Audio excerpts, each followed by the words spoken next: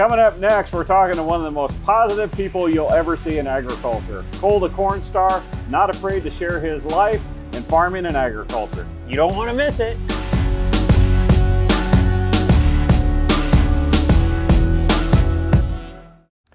There's a lot of content out there in agriculture, some of it good, some of it not so good. It's always refreshing when you find someone positive, somebody that's not afraid to show what farming's actually like. And that's what we have today, Cole the Cornstar. Woo-wee! We have an absolutely beautiful blue sky fall day today. It is corn harvest, ladies and gentlemen. Hey everybody, you're watching Cole the Cornstar. All right, we're here at the Farm Progress Show just outside of Decatur, Illinois. Beautiful day, and we got a wonderful guest, Cole the Cornstar. How you doing, Cole? I'm doing absolutely wonderful. This is the first interview-style podcast that I've ever done, so I guess I'm in for something new That today. shocks me because it seems like a lot of farming, a lot of agriculture they know all about you. They know all your daily life. They seem like they are part of your household. Is that weird? Well, I mean, I guess I kind of expected it because I opened myself up to it. Yeah. So I just get up in the morning and I start filming what I'm doing, but I more or less started doing it from the perspective of I wanted to teach. Now, I may not be the best teacher and I may not have the most experiences, but I'm teaching based off the experiences that I'm going through.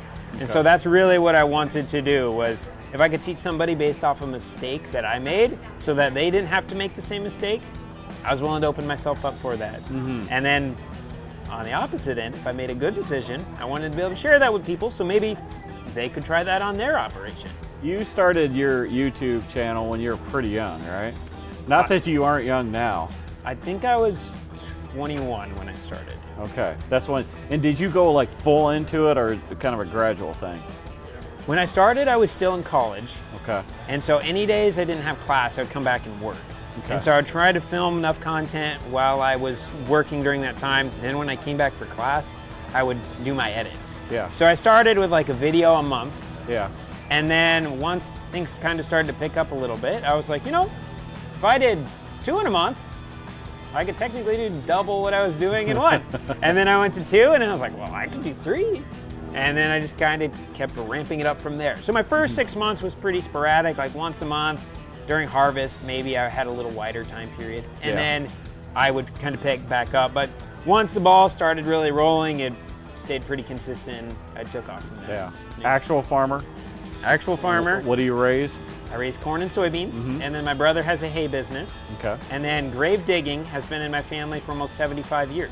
Yeah. It's pretty common to get up, you go dig a grave, you'd go combine beans in the afternoon, and then maybe this weekend we were shingling a roof for a neighbor, or we had another building where we needed to do some sort of work. So it was basically hands on the farm. We kind of addressed everything that needed to be done, and I've been doing that since I was pretty much old enough to walk and really had an interest to be on the farm. The farm that we're on today has no long roads, and they're nice and straight, easy to get the grade part too. So basically, as soon as you pull in with the semi, it is ready to rock and roll. So who's all involved in your family farm?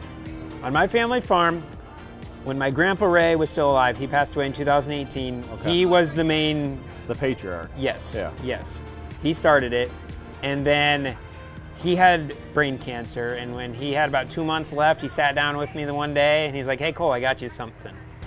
Reaches over his armchair, pulls out this binder that's like this thick. It was all the farm's books. Oh. And he gives this thing to me, and he says, "You're in charge of this now."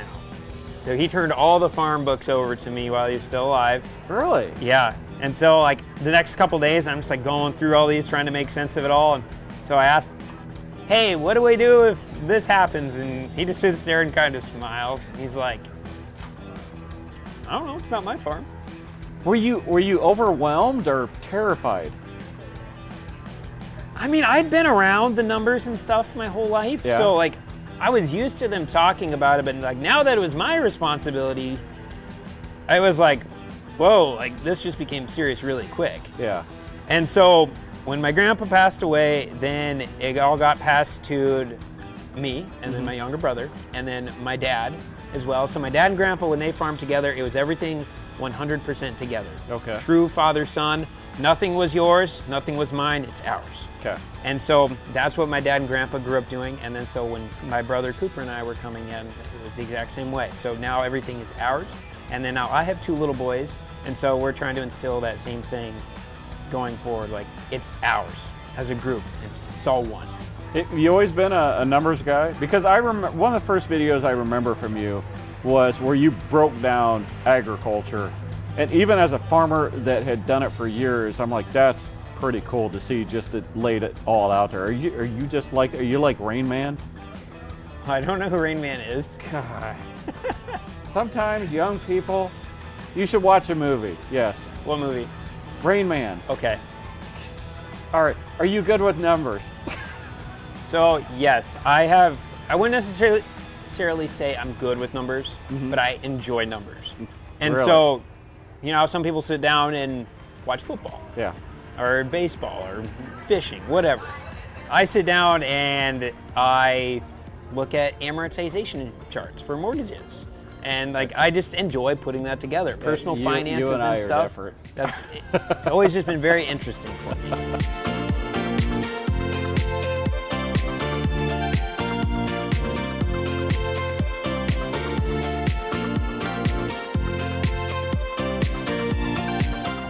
So you're building a house. How's that going? At what percent are you done with this house? Well, number one, I am building a house. Yeah. Yes. I basically got looking into what contractors would have charged to do things. Yeah. And I about fell over at what they charge for like things my family's been doing our whole lives. And so I have been building it with one of my friends and one of my neighbors. And then every now and again we'll have some extra help come in, and my dad, my brother, and one of our farm hands will also come in and help us. But we just got done with the foundation work on the addition part. So the existing house, we completely gutted everything. We rebuilt all the floors. Yeah. We took out the complete ceiling upstairs, lifted it about a foot, completely rebuilt it, rebuilt all the walls. The exterior walls are all original. We came to the original house, we dug a ramp down into the basement, cut a hole through the foundation wall, drove one of those stand-behind skid loaders down there, ripped out the whole floor. We dug everything down about this much, and then we filled it all with rock, we waterproofed everything. We built a footing underneath of the foundation walls because there was no footings under it, so we did a process called underpinning. So I learned about this in like a 15-minute YouTube video, and then we took at it and went for it. And once we got that done, then we dug the new foundation for the addition part. And so we learned how to pour all the footings, and then we flew out to Wyoming for 3 days to learn how to build the forms for the walls. And so we built all of the rebar structures inside after I got a hold of a concrete engineer and they gave me plans. And then we built the forms. We poured everything on January 2nd in the middle of a snowstorm. That's a great idea. Yeah, and then we had to make a big tarp over the top of it with 2 40 by 100 tarps. And then we ran like 3 torpedo heaters, plus a furnace, plus an infrared heater, and basically turned this thing into just a heated dome for about a week so our concrete could cure. And then once we got done with that, we pulled everything down, we waterproofed the outside of the walls, we put in perimeter drainage tile. I also had a pattern tile underneath of the entire floor of this new foundation because we hit a natural spring underground.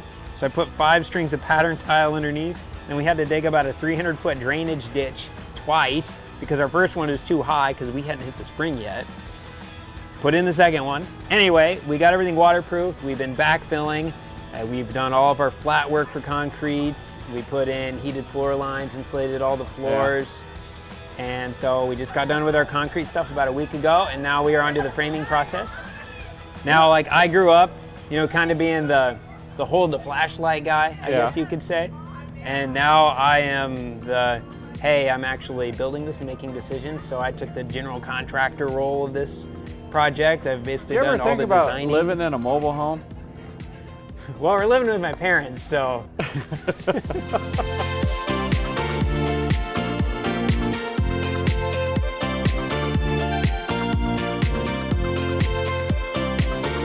I want to build a product that's going to last and have something that's going to last for generations. So, I mean, that's how we're doing it with our house, but on our farming operation, we're trying to do the exact same thing. So whether that's doing the right things for our ground or raising our family in a way, or having our family come together in a way, being a leader in a way where you can pull the whole group together and have this thing carry out beyond me, beyond my lifetime. Like, I want to be, if I do a good job forever. Yes. Yeah. I feel like if I do a good job, the things that I'm teaching my kids will last through me into them, and they'll teach them to their kids. So that's really my goal.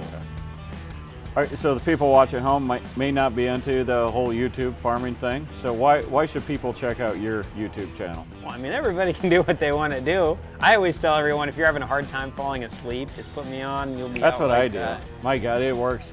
You have like melatonin, kind of puts you to sleep. Cold, oh man, just like that. 10 seconds in. That's the opposite, because you're like, oh my gosh, just like what was the cartoon, the Tasmanian Devils? That's what you're like.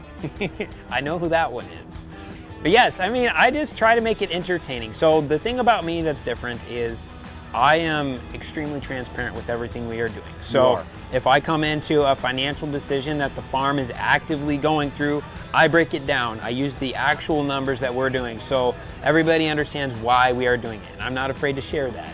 And if we have expenses on the farm in any other way, like I'll talk about how much we're making per acre or what this costs. There are a couple things I protect, like rent that I'm paying to landlords. I just use our area. How much you pay? Average rent.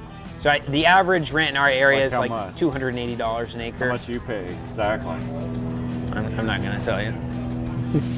And so, I mean, just to make everything fair, I just do that, and then it's consistent from year to year. As well. Yeah. I want to thank you for coming over here. You're working at other booths here. People are enjoying coming to see you in that. But I know you're a busy guy, but I've always loved how positive you are.